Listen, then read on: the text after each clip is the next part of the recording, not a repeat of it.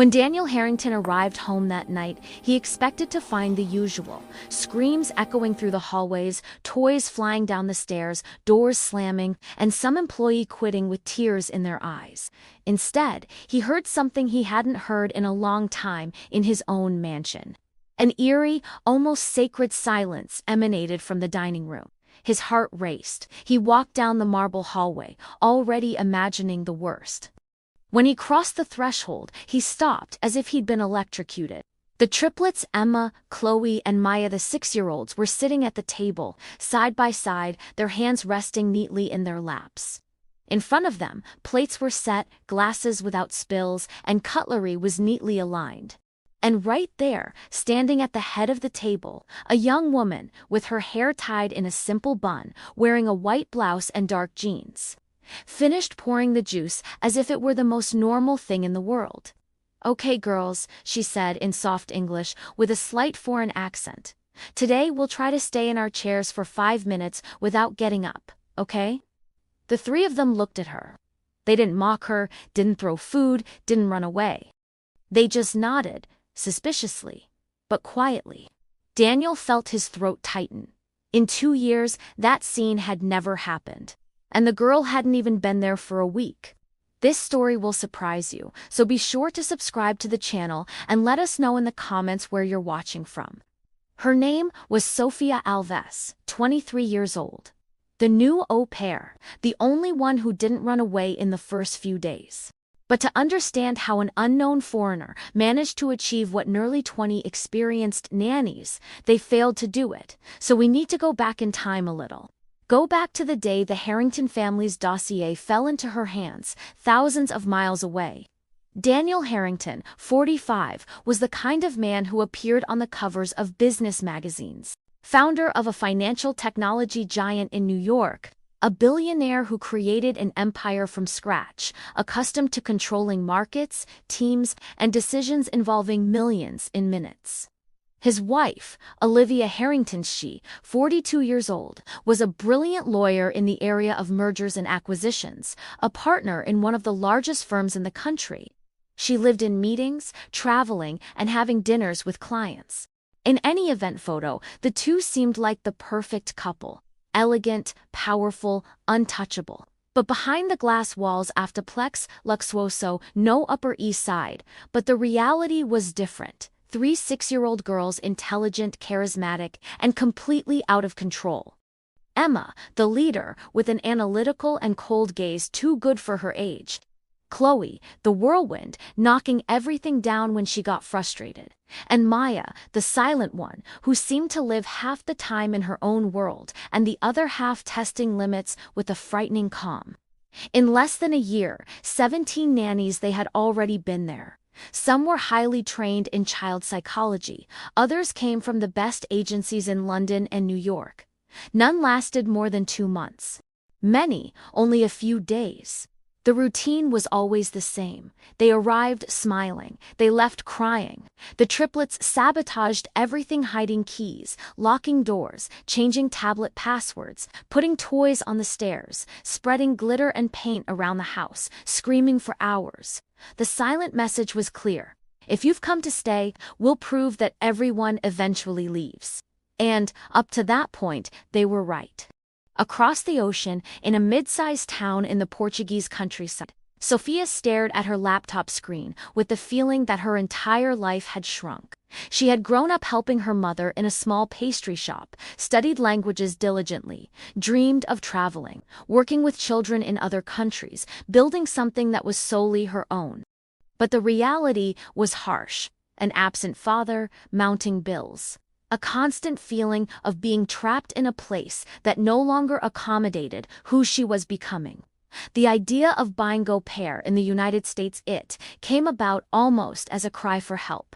A program that combined everything she loved and needed: contact with children, immersion in another language, housing, food, a modest but dignified salary, and, above all, the chance to start over. She spent weeks preparing her application, letters of recommendation, proof of experience with children, applications, interviews in English, with a nervous but determined smile. When she was finally accepted by the agency, she thought she would be placed with a normal family, 2 children, a dog, maybe a house in a quiet suburb. But on a rainy afternoon, the email that changed everything appeared in her inbox with the subject: high-profile family in New York, urgent placement for live-in au pair. She opened it, curious, and remained silent. 3 6-year-old twin girls, billionaire parents, a history of numerous nannies giving up, reports of challenging behavior, and a need for someone who spoke good English but also had a human touch, was patient and willing to not give up.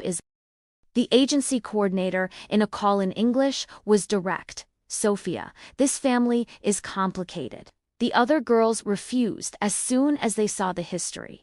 They have money, but also a lot of emotional baggage. You're not obligated to accept. We can look for another place. On the other end of the call, Sophia stared at the ceiling of the tiny room, where her suitcases had been practically packed for weeks. She remembered the bills, the fear of being just another employee trapped in jobs she hated, the years feeling like her life was standing still while the world moved on. He took a deep breath and replied, "I'll take it. I accept." "Are you sure?" the coordinator insisted. "They've already dismissed many professionals. Then maybe they need someone who doesn't just see the problem," Sophia said, her voice firm. "Maybe they just need someone who doesn't run away on the first day." That's how the story began. The flight to New York was a mix of anxiety, turbulence, and overwhelming thoughts. Sophia clutched her passport tightly, as if it were a talisman. At 23, she was leaving behind everything she knew, carrying only a suitcase, a notebook full of notes, and the desperate hope that this wasn't a mistake. Upon arrival at JFK Airport, a sign with the last name Akher Mekhe was waiting for him. An elegant chauffeur, in a dark suit, took her suitcase with an automatic gesture. "Miss Alves, I'm Thomas, the family's driver. Welcome to New York."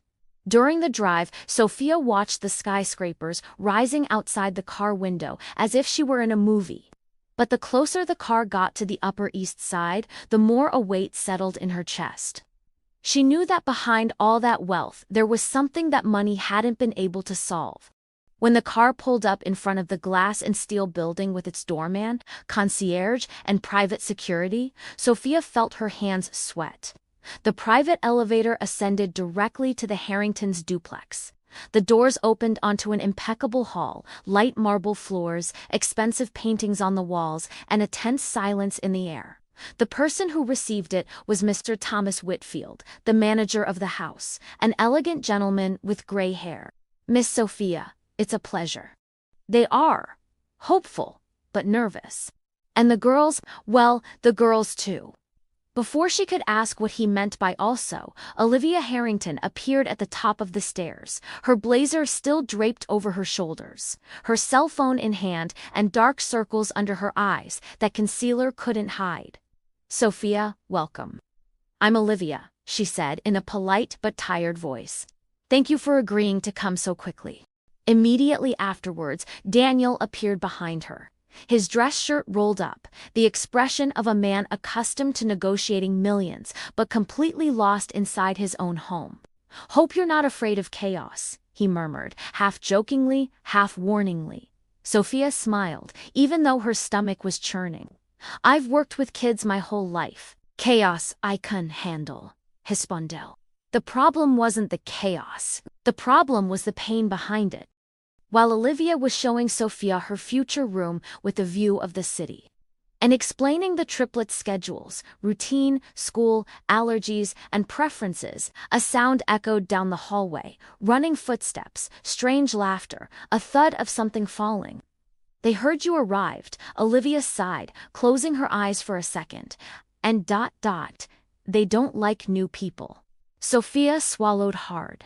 That was the cue. Mr. Whitfield opened the door to the playroom to officially introduce her.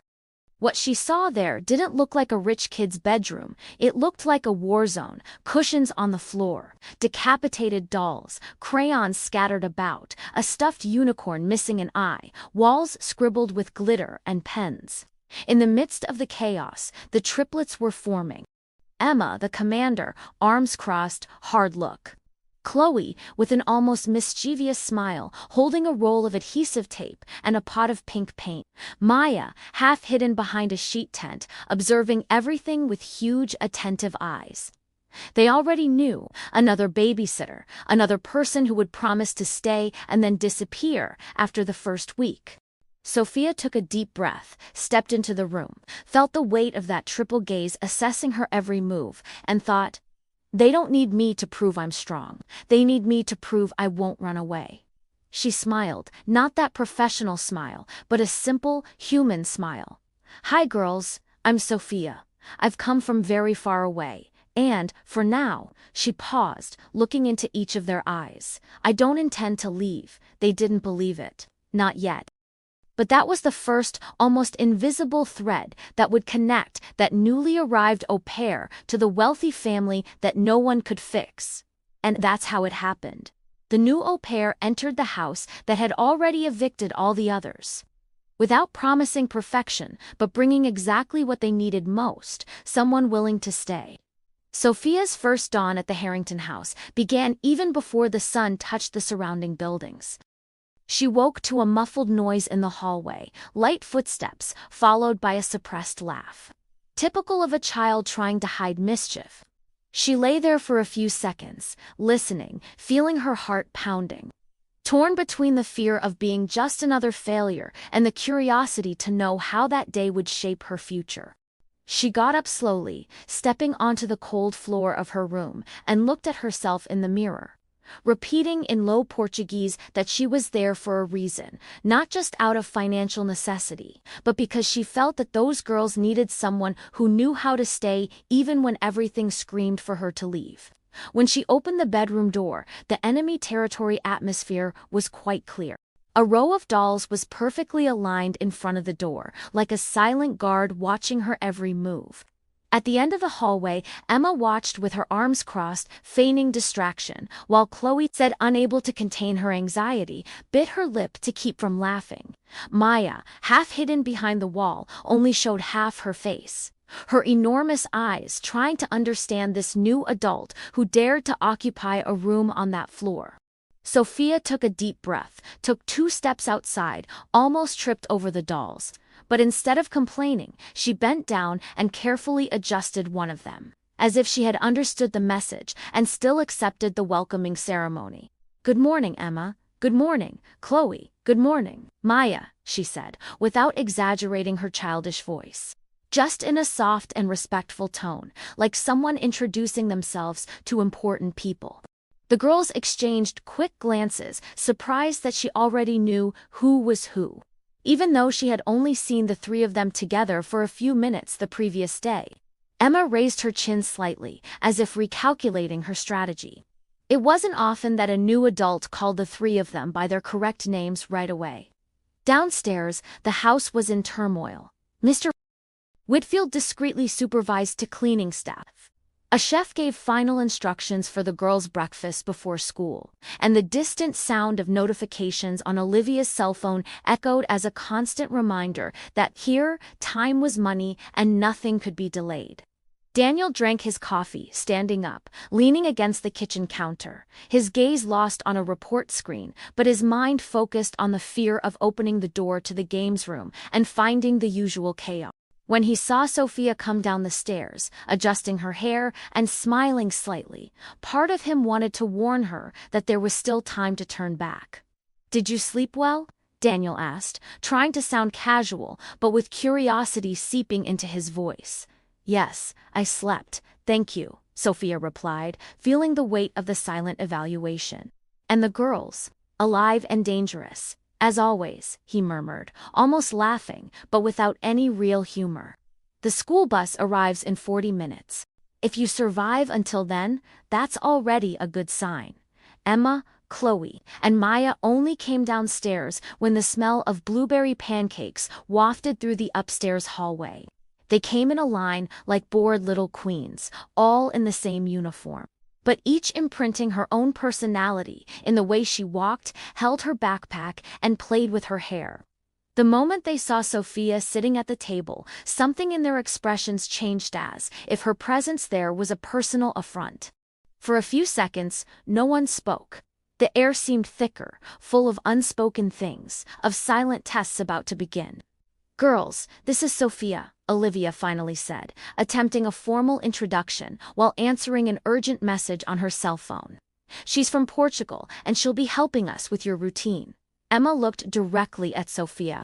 Her clear eyes fixed on her, a mixture of curiosity and defiance. "For how long?" he asked, in straightforward English, without beating around the bush. Sophia smiled, accepting the crossfire. "That depends much more on you than on me," he replied calmly, letting that phrase hang in the air as both an invitation and a warning. That first breakfast, the triplets seemed to agree, without words. To use their favorite weapon, pretending the new adult simply didn't exist.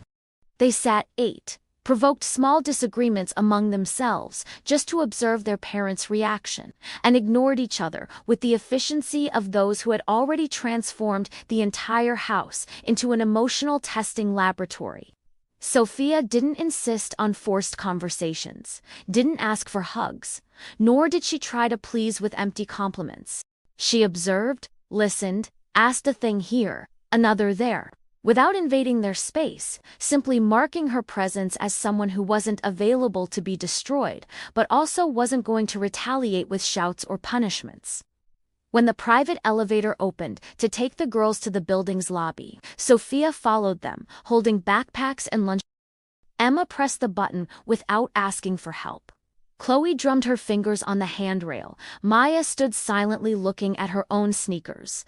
The door closed, and for a brief moment the world was reduced to that small, mirrored space where 4 breaths could be heard clearly. Sophia breathed along, feeling that, more than being accepted, she needed to prove that she knew how to remain whole within that kind of silence, the silence of children who had already seen many adults retreating. The real test didn't come in the form of screams or hysterical crying, but of calculated silence and small details rearranged around the house. When Sophia returned from the school trip with the girls and the driver, she realized the atmosphere in the car had been strange the whole time. Emma asked seemingly innocent questions about the au pair program, asking how long she could stay in the country, how many families she had met, if she had ever been fired before. Chloe laughed at any answer and whispered some phrases to Maya, who continued to observe silently, as if recording everything to use later. Upon arriving at the apartment, Sophia went upstairs to the bedroom to put away a notebook where she recorded the girls' routines, details that could help her understand each of them better. As soon as she opened the door, she immediately noticed the suitcase she had discreetly left closed in the corner of the room was now open, underwear pulled out, the passport half exposed, as if it had been examined with curiosity or a deeper intention. On the bed, a sheet of paper with crooked letters drawn in colored pen. "Everyone leaves, why won't you?" It wasn't signed, but it didn't need to be. It smelled of Emma, with the dramatic help of Chloe and the complicit silence of Maya. Sophia felt her heart beat faster, not because of the intrusion itself, but because of what it meant. That note wasn't just a provocation. It was an honest question, disguised as cynicism, written by a child who had already seen the door close behind many important people. Instead of going straight to talk to Daniel or Olivia, she picked up the paper, folded it carefully, and placed it inside the same notebook where she wrote down details about the girls. Then, she calmly closed the suitcase, rearranged the items back in their place, and instead of locking it, left the suitcase ajar, as if silently saying, "I know you came here, and I'm not angry." Later, when she went downstairs to fetch the girls from the playroom, she found a carefully prepared scene. The toys were pushed into a corner, the cushions piled up like a barricade, and the triplets sat behind this makeshift fortress, as if they were about to judge someone in an invisible court. Emma spoke up before Sophia could even get a word in edgewise. "We checked your things," disse, encarando-a com seriedade. "We wanted to know if you're really staying, or if you'll run away like the others." Chloe swung her legs anxiously, anticipating the explosion, the lecture, the shocked expression. Maya bit the corner of her nail, eyes wide, ready to capture the exact moment the new au pair would give up. Sophia approached slowly, without placing herself above them, without crossing her arms in a defensive position. She sat on the ground a few steps from the barricade, bringing her to the same height as the girls. "And what did you find out?" she asked, with a calmness that surprised not only the triplets, but herself as well. Emma hesitated for a second. "That your temporary menos respondeu? No inglês carregado de mágoa, the paper says you're here for a year. Just a year. After that, you're gone." Her voice didn't sound harsh, just tired. It was the kind of realization a child only makes after sleeping many nights in fear of being abandoned again. Instead of explaining the program as if it were a cold contract, Sophia let the silence linger for a few seconds, respecting the honesty of those words. "You're right," she said finally. "On paper, I'm temporary. On paper, I have a date to leave. But paper doesn't feel anything, and I do. I chose to come here. I chose you without even knowing you, and every day I will choose to stay, until the last day allowed, and what we experience together no one will take away, not even the paper." Chloe frowned, that mixture of confusion and curiosity swirling on her small face.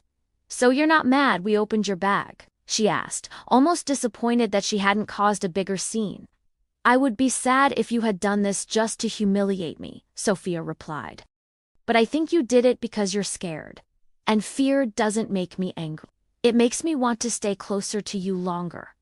On the other side of the house, Daniel watched part of that scene through the internal camera installed in the playroom. A desperate measure he had installed after one of the previous nannies accused the girls of something serious. He saw Sophia sitting on the floor, speaking in a calm tone, without raising her voice, without demanding immediate apologies, without threatening punishments. He saw Emma climb down from the pillow fortress and approach a little, saw Chloe stop laughing nervously, saw Maya emerge completely from behind the sheet tent for the first time. It wasn't an instant miracle, but it was the beginning of a change that no one there had foreseen. That night, when the triplets were put to bed, there were no spontaneous hugs, no requests for bedtime stories. But something subtle had changed. Emma handed Sophia the note that had been left in her room, as if she wanted to officialize the test. "You can keep it," he murmured, looking at his own feet. "Just in case you forget what happens here." Sophia smiled, putting the paper in her pocket. "I won't forget. But I want us to write another note together sometime in the future with a different phrase. Maybe not everyone leaves." Emma didn't answer, but her shoulders, for the first time, seemed a little less stiff when Sophia turned off the light and left the room. 2 days later, Sophia thought she was beginning to understand the household routine. But in that mansion, nothing remained the same for long.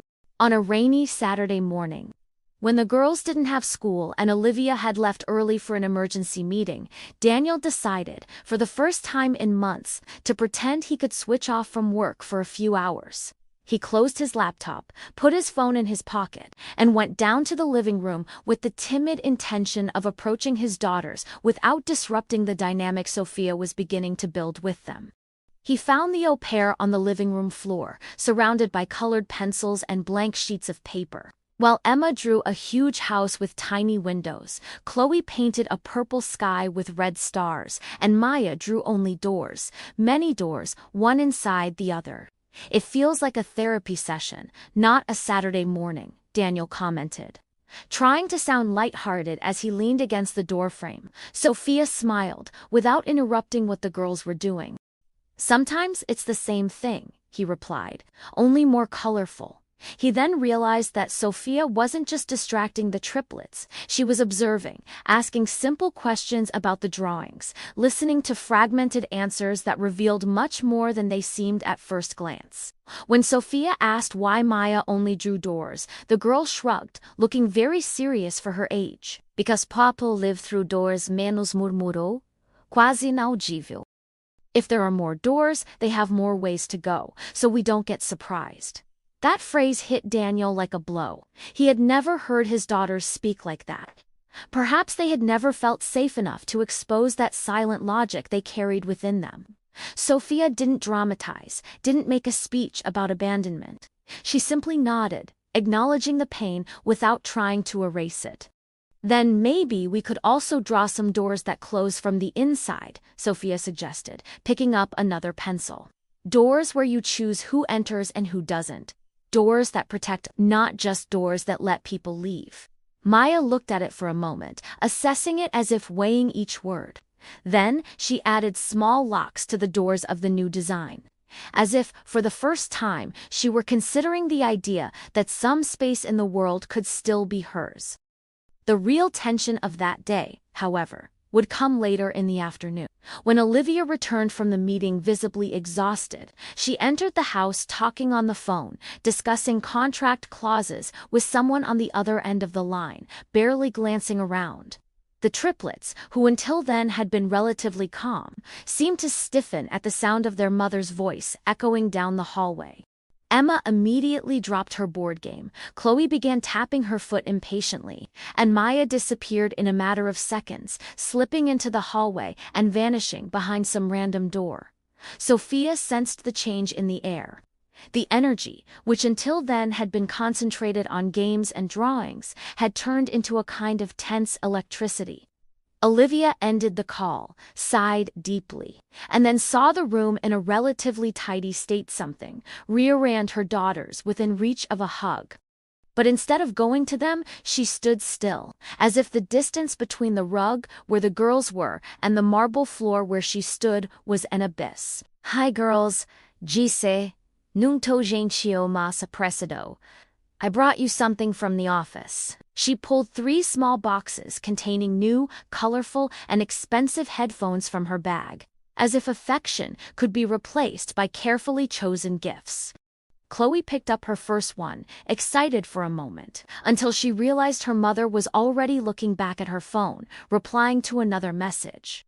Emma received the box, but left it on the small table unopened, staring at her mother with that look that mixed longing and resentment. "Are you staying for dinner?" Emma asked, knowing that the answer would say more than any gift. Olivia hesitated, swallowed hard, and glanced at her watch.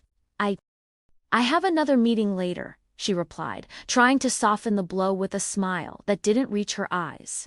That was enough to break an invisible thread. Chloe threw her own earphone forcefully to the floor, the plastic bouncing on the carpet without causing the damage she intended. Maya reappeared at the door, her eyes filled with tears, but she didn't approach her mother or take a step forward.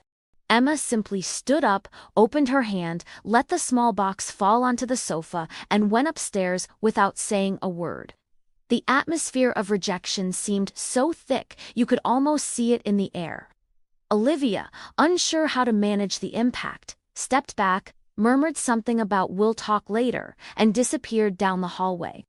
Locking herself in her office behind another door, it was Sophia who went up to the girls' floor, without haste, without dramatic knocks on the doors. She found Emma sitting on the floor of the room, hugging her legs, her uniform still a little crumpled. "She's never there," Emma said, before Sophia could even ask anything. "She always has a later or another meeting.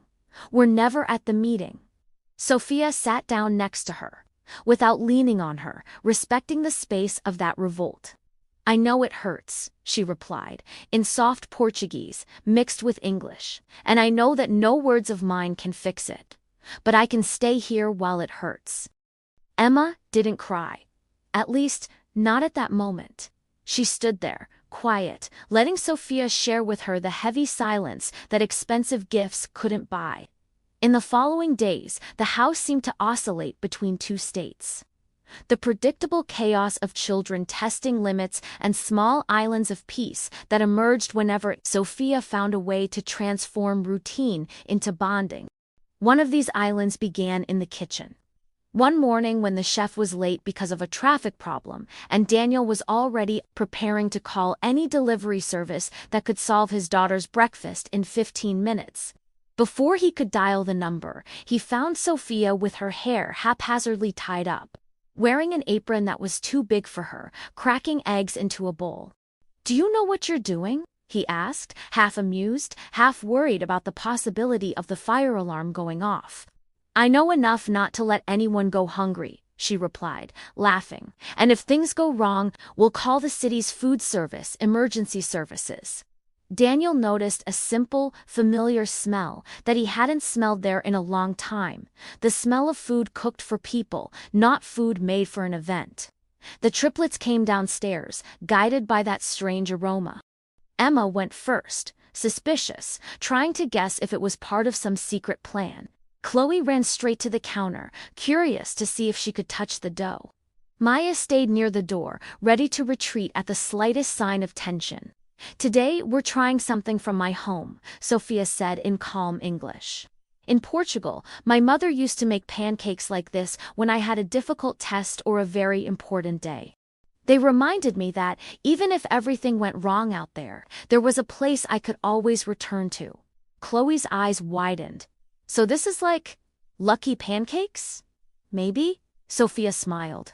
Or maybe it's just an excuse for us to sit together for a few minutes without rushing. That meal wasn't perfect. Chloe spilled juice on the table. Emma criticized the shape of one of the pancakes, saying it looked like a crooked map, and Maya hesitated before approaching the table, preferring to observe the ritual from a distance before venturing to sit down. But, at some point between bites, Daniel realized that something rare had happened. Nobody was shouting, nobody was complaining of stomach aches, nobody was throwing food on the floor in protest. There were comments, restrained laughter, questions about Portugal, about the language, about why Sophia had decided to go so far from home because of 3 girls who, according to Emma, were a nightmare in triple version. Later that same day, when the girls went to school, Daniel found Sophia on the balcony, holding a mug of coffee and looking at the city below, as if seeking courage in the movement of the cars. "You're good with them," he said, approaching slowly, not wanting to startle that rare calm. "I'm learning to be good to them," she corrected. "Children are much more honest than adults. They can sense when we're only here out of obligation." Daniel sighed, leaning against the parapet. "And what do they feel about me?" he asked bluntly, surprised at himself for asking that question to a near stranger. Sophia thought for a few seconds before answering. "That's what you're afraid of," he finally said. "Afraid of not being enough? Afraid of getting close and having them blame you for everything? Afraid of loving and losing again?" Her sincerity didn't come with accusations, but with a kind of silent understanding that left Daniel disconcerted. "And you?" He tried to turn the tables. "What are you afraid of?" Sophia gave a short, humorless smile. "It's about getting attached to 3 girls who might see me as just another one who passed through here," he admitted. "It's about giving my best, and yet they only remember the part where I left.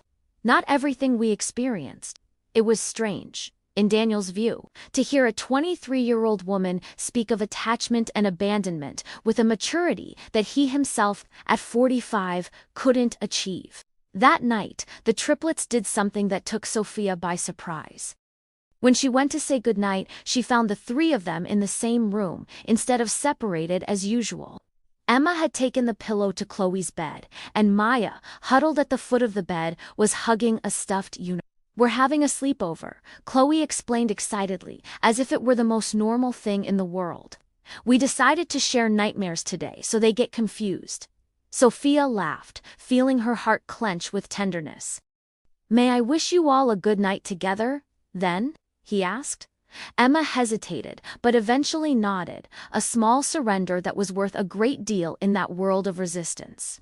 Sophia turned off the main light, leaving only the bedside lamp on part, and stood there for a few minutes, listening to random questions about Portugal, about what the sea was like, about whether she had also been afraid of the dark when she was little. When she finally left the room, the girls were still talking quietly, but there was something different in the tone. It was no longer a conspiracy against the next adult. It was a kind of temporary truce, sealed in whispers and blankets. Everything seemed to be heading towards a slow, almost imperceptible improvement, until, as often happens in homes full of old wounds, fear decided to make its presence felt abruptly. One Sunday afternoon, Sophia took advantage of a rare moment of calm to sit in her room and organize some personal things. She took an envelope from her bag containing old photos. Her as a child, next to her mother in the confectionery shop. Her first job uniform, the day she received the acceptance email for the au pair program. She spread everything out on the bed as if trying to map her own path to that point. She didn't notice that, outside, 3 pairs of curious eyes were watching through the crack in the door. Emma was the first to notice the open passport next to the photos. The golden symbol on the dark blue cover seemed to shine brighter than usual. She had read, days before, with the cold care of someone seeking proof of an accusation, that there was an expiration date for Sophia's stay in the country. In Emma's mind, that meant only one thing: a countdown to abandonment. Seeing the scene with the photos, the passport, the envelope, something in her connected those elements to an old fear. The silent preparation of someone about to leave without looking back. The 3 entered the room without knocking, driven by a mixture of jealousy, fear, and childish impulses that no completely healthy adult can replicate. Chloe ran to the bed, grabbed one of the photos, and held it up in the air. "Are you planning to leave already?" he asked, in the accusatory tone he used to hide his own insecurity. Sophia was slightly startled, but quickly smiled, trying not to turn it into a conflict. "I'm just remembering how I got here," he replied. "Sometimes it helps to see where you came from, to understand where you are." Maya, however, was not convinced. She picked up the passport with her small hands, read the page with the data and stamps, and took a deep breath, as if she had confirmed the worst. There's a deci manos mormudo. Everything has an end. In seconds, the situation spiraled out of control. Chloe, consumed by a rage stemming more from pain than malice, snatched the envelope of photos from Sophia's hands and threw some of them on the floor. Emma, driven by the feeling of being about to be replaced once again, grabbed her passport and threatened to throw it out the open window, as if she wanted to sabotage any possibility of departure before it even happened. "If you don't have this, you can leave," disse Emma, com a voz trêmula. "If you can't leave, you have to stay." It wasn't rational logic. It was the logic of a child trying to control the uncontrollable. Sophia reacted quickly, but without shouting. She stood up, slowly approached Emma, extending her hand without forcibly taking anything. "Emma, look at me," she pleaded, in a tone as firm as it was sweet. "If you throw that passport out the window, I won't be trapped here. I'll just be trapped in another place where someone tried to hold me back through fear. And I don't want that for us." The words hit hard, and Emma's hand trembled. Her veins burned with fear and guilt, with anger and sadness.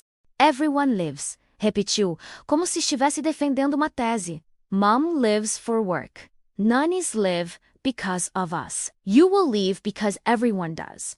This time, it was Sophia's voice that almost failed. She took a deep breath, felt her own story catch in her throat, and remembered all the times she had felt exactly like this, holding on to important things so tightly that she ended up breaking them in half.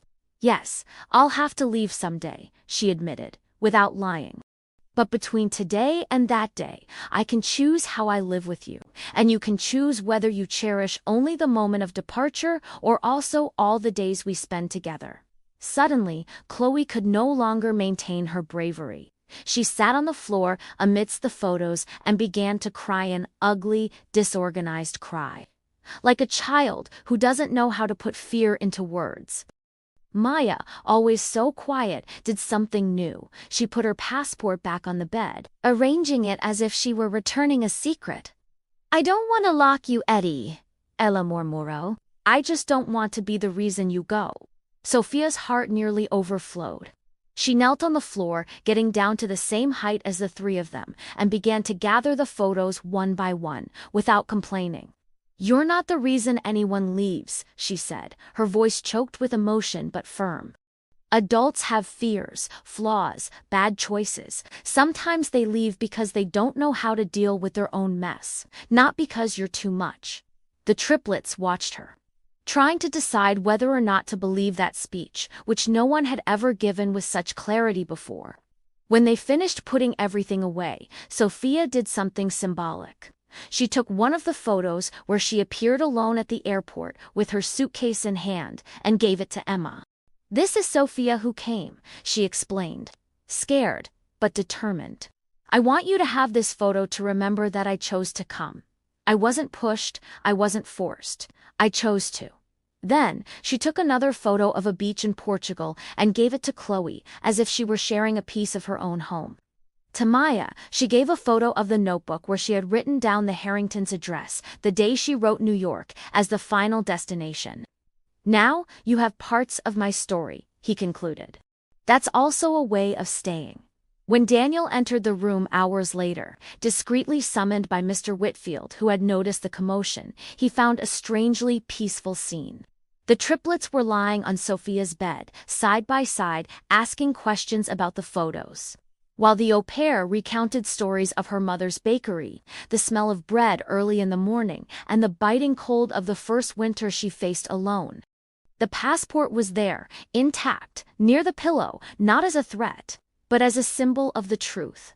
Sophia would one day leave, but until then, the house would have the chance to learn that love is not measured by duration, but by presence. That late afternoon, for the first time, the triplets didn't seem to be merely testing her. They seemed, in some twisted way, to be trying to learn to trust.